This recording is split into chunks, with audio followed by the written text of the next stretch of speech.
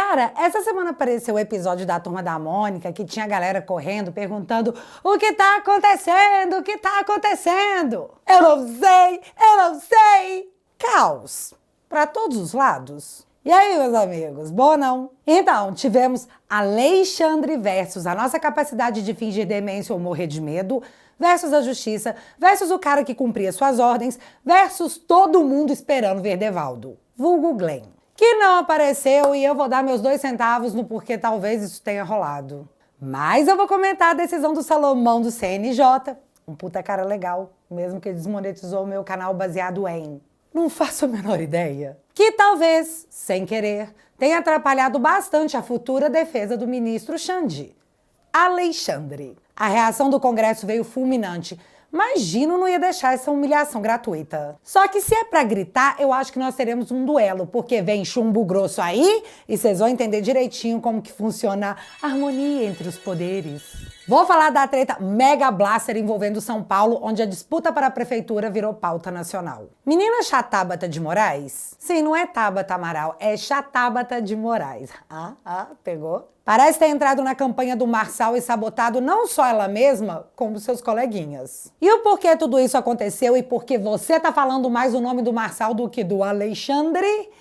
Bom, também darei meus 2 centavos. Vou falar do Pacheco porque nesse assunto eu tenho aquele negócio de esquerdista, lugar de fala. E pode rolar outras coisas que eu vou lembrando, vou falando, mas já separa a pipoca, fica confortável, porque se você perdeu os capítulos dessa semana, chega mais, deixa eu te atualizar.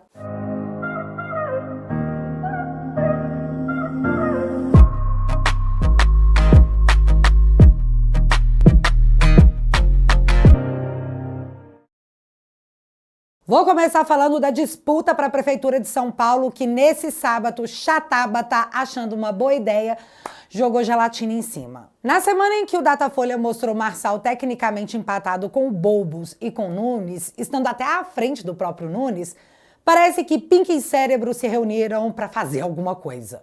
Derrubar as redes sociais do Marçal, o local onde ele é mais popular e onde se comunica com seus eleitores. Antes de eu palpitar, vamos entender o que foi que aconteceu. O partido de Chatábata alegou na justiça que Pablo Marçal estaria promovendo uma disputa entre seus seguidores que seria da seguinte forma. A galera teria que criar cortes sobre os seus vídeos e quem conseguisse mais views nesses cortes ganharia disputa e levaria um prêmio em dinheiro. A assessoria do Marçal se manifestou dizendo que esse torneio foi antes do período eleitoral, mas Chatábata o acusou de abuso de poder econômico e disse que essa competição ia desestabilizar o pleito eleitoral. Beleza, mas derrubar todas as redes do cara também não tem o efeito de desestabilizar o processo eleitoral? Você cura o errado com o mais errado, que é censura? Se de fato isso ocorreu, segundo os juristas que eu conversei, o correto seria excluir os conteúdos que fazem menção a essa prática e não derrubar uma conta inteira com uma liminar, ou seja, uma decisão provisória que depende de confirmação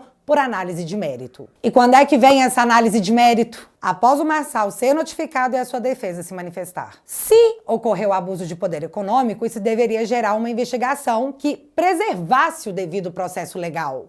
Devido processo legal. Onde o resultado poderia ser até a impugnação da candidatura do Marçal, mas não a aplicação de censura prévia, proibida pela Constituição. Ai, Bárbara, censura prévia? Você não acha que você tá falando demais aí, não? Filhote, censura prévia é caracterizada pela censura daquilo que você ainda não falou. E é por isso que nós lutamos contra a derrubada de dezenas, talvez centenas de perfis da direita que sofrem, sim, censura prévia quando são impedidos de falar. O precedente usado pelo juiz de primeiro grau foi o precedente aberto pelo próprio TSE. Então, como nós avisamos várias vezes, essa situação se espalhou para tribunais menores. E é essa democracia relativa pujante que temos hoje. E se você for reclamar, reclama boca a boca, porque se você postar sobre isso, o próximo a sofrer censura prévia para salvar a democracia pode ser você. Mas galera, o resultado de censura é apenas um, a criação da vítima. E o brasileiro, como também já disse algumas vezes, não aceita injustiça.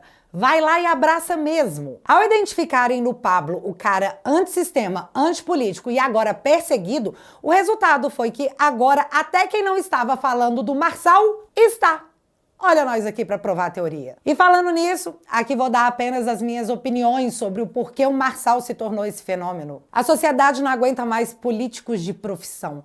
E ao sentir o cheiro de que a prioridade é uma secretaria para o coleguinha, em vez de comprar as brigas da vida real do povão, a sociedade rejeita. Traz o doidão. Agora eu quero o doido. Porque a sensação que as pessoas têm é que é tudo tão combinado entre os poderosos que só um doido pra chegar lá e jogar a mesa pra cima. E é exatamente isso que o povo quer, uma virada de mesa. Chega de políticos profissionais. Marçal é esse cara? Não sei. Eu confesso que eu não conheço ele. Mas esse é o discurso que ele usa. E é por isso que ele se tornou o verdadeiro pé no saco daqueles que estão tratando a política como ela sempre foi. Algo profissional. Mas eu queria saber isso diretamente do próprio Marçal, assim como do Nunes e da Marina, que são os candidatos a São Paulo que se colocam à direita. Por esse motivo, propus uma entrevista, já que eles querem os votos bolsonaristas, nada mais justo do que vir falar com a gente, né? Marina e o Nunes já aceitaram, e eu tô esperando a manifestação do Pablo para poder marcar uma data. Em breve volto para contar como vai rolar. Segue aqui para não perder nada. Tá!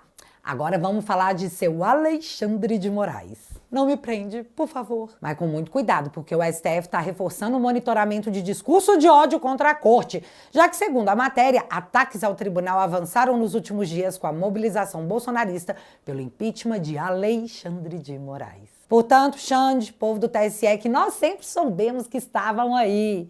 Não censura nós?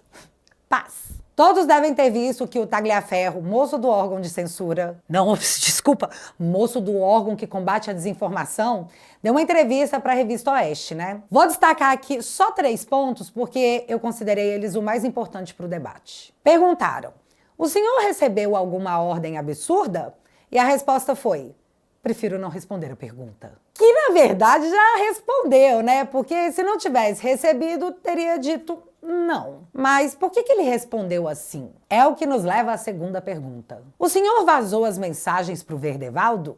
E a resposta foi, não, porque eu conheço o Alexandre. Trabalhei com o ministro por muito tempo, antes da sua entrada no STF. Conheço bem sua personalidade. Eu jamais teria coragem. Ou seja, medo pra caramba, na minha percepção. E a terceira para eu linkar com o ponto que eu quero chegar. O senhor entende o desespero das pessoas que foram perseguidas por Alexandre de Moraes? E a resposta foi, sei que meu trabalho fez parte disso, mas eu não tive a opção. Eu era um funcionário. Eu sei, embrulha o estômago. E nessa mesma entrevista, o senhor Tagliaferro se coloca como um perseguido por Xande, tratado como um desafeto. Só te digo uma coisa, moço. Bem-vindo ao clube! Depois você me conta qual é a sensação. Tá curtindo? Mas eu não vou entrar nesse detalhe, o da minha falta de empatia pelo moço, que por hora não sinto mesmo. Sim, meu coração tá mais peludo do que sovaco de feminista. Mas no ponto em que ele diz em outros termos. Eu só cumpria ordens. O chefe mandava, eu fazia. Qual era a minha opção? Denunciar, pedir conta, se recusar, sei lá, tem um monte de hipóteses. Mas eu quero deixar claro que aqui ele responsabiliza o chefe. E isso tá muito claro. Vamos então na decisão de ministro Salomão. Oi, Salomão, você tá joia? O Novo entrou com um pedido no CNJ, solicitando que os assessores do ministro Xande fossem investigados por tudo isso que a gente tá acompanhando da Vaza Toga. Sabe, o negócio do Chaves vendendo churros pra ele mesmo? Mas CNJ, que é o Conselho Nacional de Justiça, rejeita investigar juízes da equipe de Moraes sobre mensagens. Partido Novo pediu ao órgão instauração de processo disciplinar e punição aos envolvidos. Eu vi muita gente da esquerda comemorando essa decisão, mas será que essa galera de fato leu o que estava escrito nela? Eu li. Vamos lá. Abre aspas. Verifica-se que o requerente questiona também o mérito de questões que resvalam em atos praticados por ministro do Supremo Tribunal, sob a pecha de imputar condutas ao magistrado que auxiliavam os trabalhos do TSE e do Supremo Tribunal Federal. O real objetivo da denúncia apresentada se distanciam da competência jurisdicional, tampouco atribuição hierárquica em face de ministros do Supremo Tribunal Federal.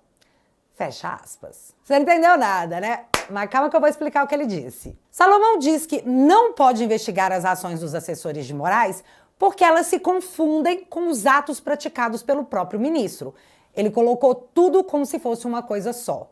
Portanto, ele diz, não posso investigar ministros da Suprema Corte por questão hierárquica. Então, não posso fazer nada. Valeu, falou!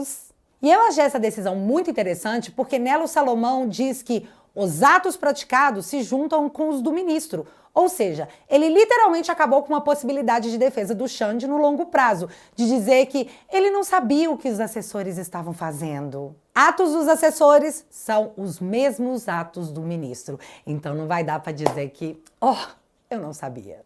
E eu vou deixar essa decisão bem guardada para o futuro, já que não sabemos o que mais vem aí da Vaza Toga, para lembrar a todos que a responsabilidade de fato em decisão proferida pelo presidente do CNJ é do Xande. Tá, e onde tá o Verdevaldo nisso que sumiu na sexta-feira? Então, tava eu lá com a pipoca na mão e nada.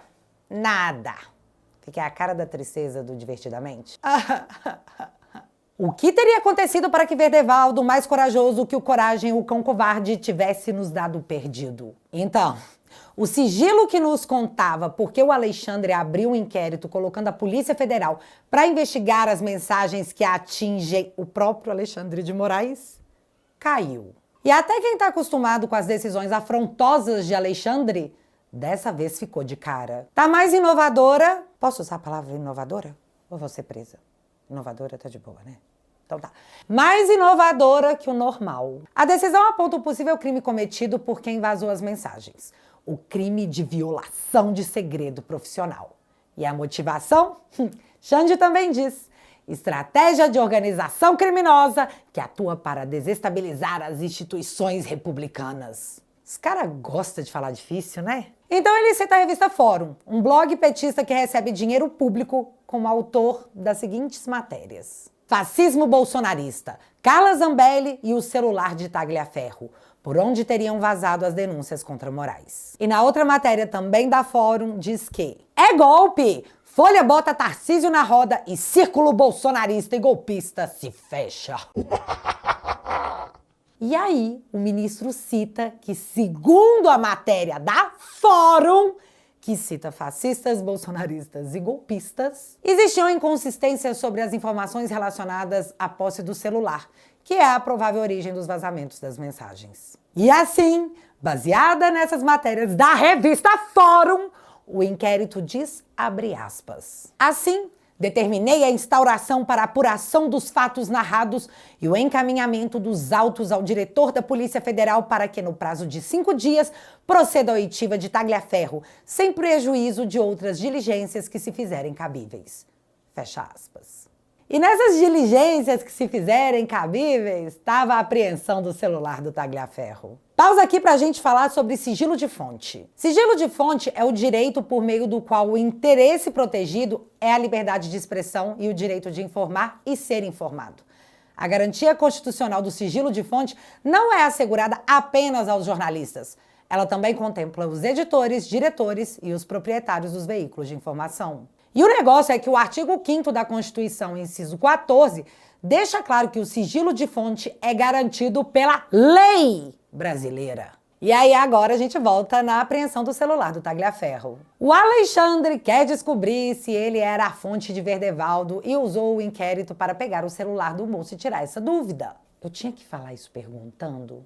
Então vamos de novo. O Alexandre quer descobrir se ele era a fonte do Verdevaldo e usou esse inquérito para pegar o celular do moço para poder tirar essa dúvida?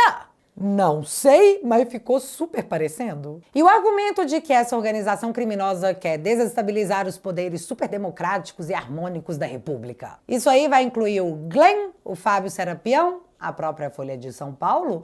Ou é só quem vazou as mensagens que o ministro ainda não sabe? Ainda não sabe, porque ele é mais do que Xande. Ele é mais que Alexandre. Ele é o... Ministro Alexandre de Moraes.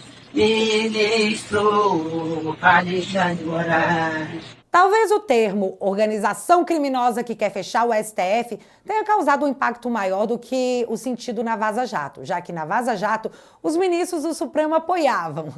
Agora muito pelo contrário. Você também tá achando que o Glenn deu uma travada no brioco? Não sei, só resta aguardar se virão novos episódios ou aguardar que novas matérias de jornais sirvam para embasar inquéritos contra pessoas. Não seria a primeira, nem a segunda. Né, Guilherme amado? Ou quem sabe esperar pela prisão de Tagliaferro, que agora diz na CNN que tá com medo de ir pro Chilindró.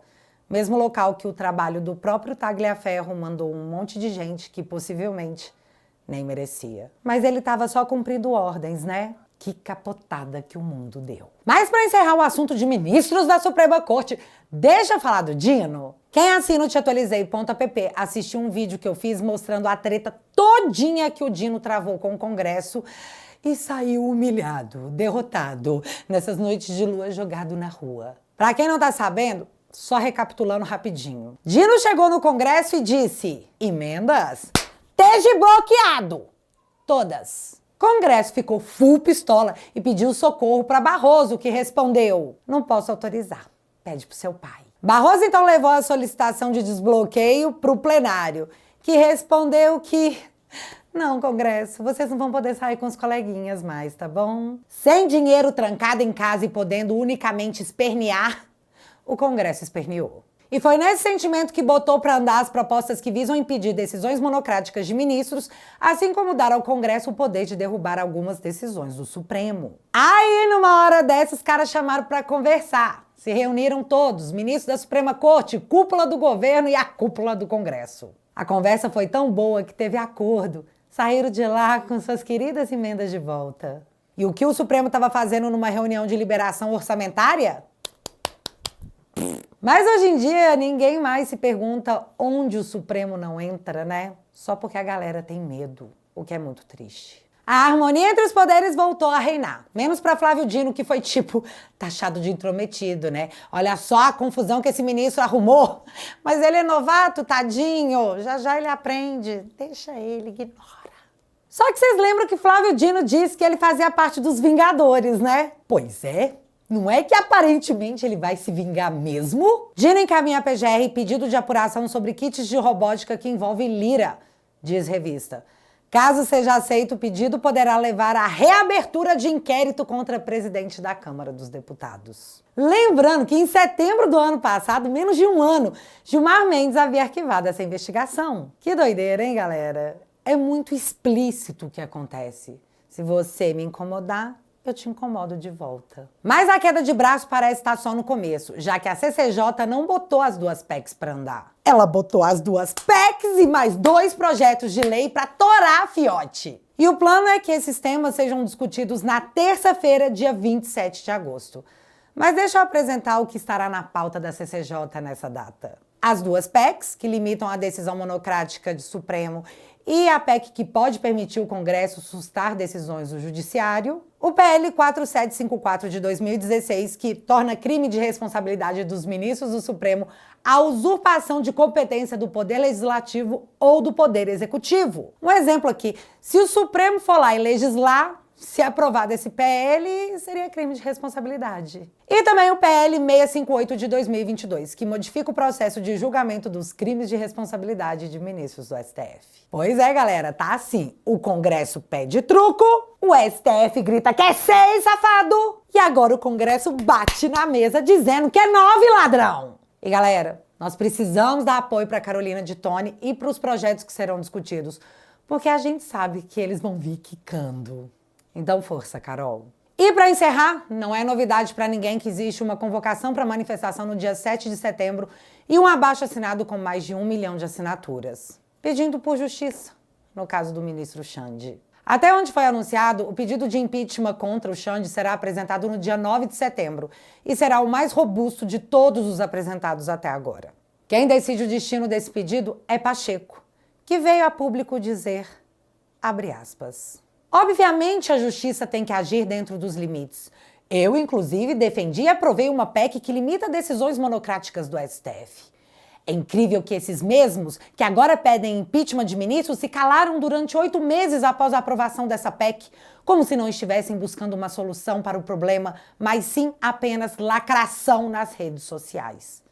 Fecha aspas. Pacheco, deixa eu fazer uma pergunta simples para Vossa Excelência. Nos últimos 8 meses existia vaza-toga. Nós estamos há quase 5 anos dizendo o que as reportagens da Folha confirmam e fomos plenamente ignorados pelo senhor. O que está rolando de diferente não é lacração, o diferente é prova, é materialidade e é inegável. Então, agora sim, o senhor não pode dizer que é lacração, o senhor deveria se atentar a tudo que é divulgado.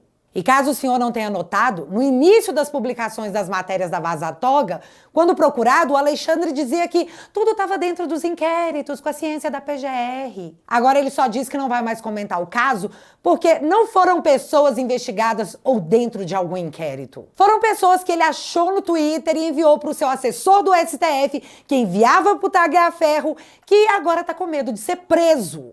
E o pedido do ministro era que relatórios sobre essas pessoas fossem feitos, já solicitando a punição que ele mesmo, o juiz, escolheu. Se o senhor não vê isso, ou o senhor é cego, ou o senhor enxerga apenas o que convém para o seu discurso. Eu votei no senhor, mas eu vou garantir que, na minha cidade, os seus eleitores nunca se esqueçam do legado que Vossa Excelência está deixando. E se derrubar as minhas redes, eu vou sozinha para a Praça da Liberdade com o megafone na mão. Mas os mineiros nunca mais vão esquecer onde depositaram seu voto. E, de novo, como sua eleitora, eu te digo, isso não é uma lacração.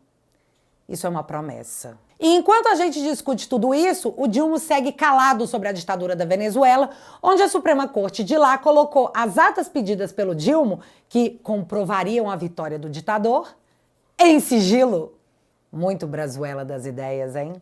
E então o Brasil segue se recusando a se manifestar contra o ditador Maduro, o que se tornou um vexame mundial. Enquanto tudo isso acontece, estamos tendo a pior queimada dos últimos 17 anos. Mas artistas estão felizes com esse governo. Então, dessa vez, desculpa, dona Onça, desculpa, dona Arara, não vai ter música de protesto para vocês. Triste, né? E enquanto tudo isso acontece, Bolsonaro aparece à frente de Dilma em pesquisas para 2026. Porque a volta do Dilma ensinou a maior lição que um ex pode oferecer. Você teve que perder para dar valor. Que venham as eleições municipais, porque estamos prontos! Ah, tem São Paulo ainda, né? Estamos quase prontos! E galera, você que gosta do meu conteúdo, você me dá só mais 40 segundos? Mais importante que a guerra é quem tá do seu lado na trincheira. E é exatamente você que eu quero do meu lado pra rir da cara do inimigo. Tem gente que ainda não sabe, mas tem muito conteúdo exclusivo, nunca postado nas minhas redes sociais, que só estão disponíveis lá na família Te Atualizei. Lá na minha família eu posso te contar o que eu quiser, porque lá a gente é livre. Na família Te Atualizei você pode assistir os vídeos do sofá e os meus documentários, dentre vários outros conteúdos. Coloque no botão desse vídeo e entra pra família pra você ter acesso a tudo isso.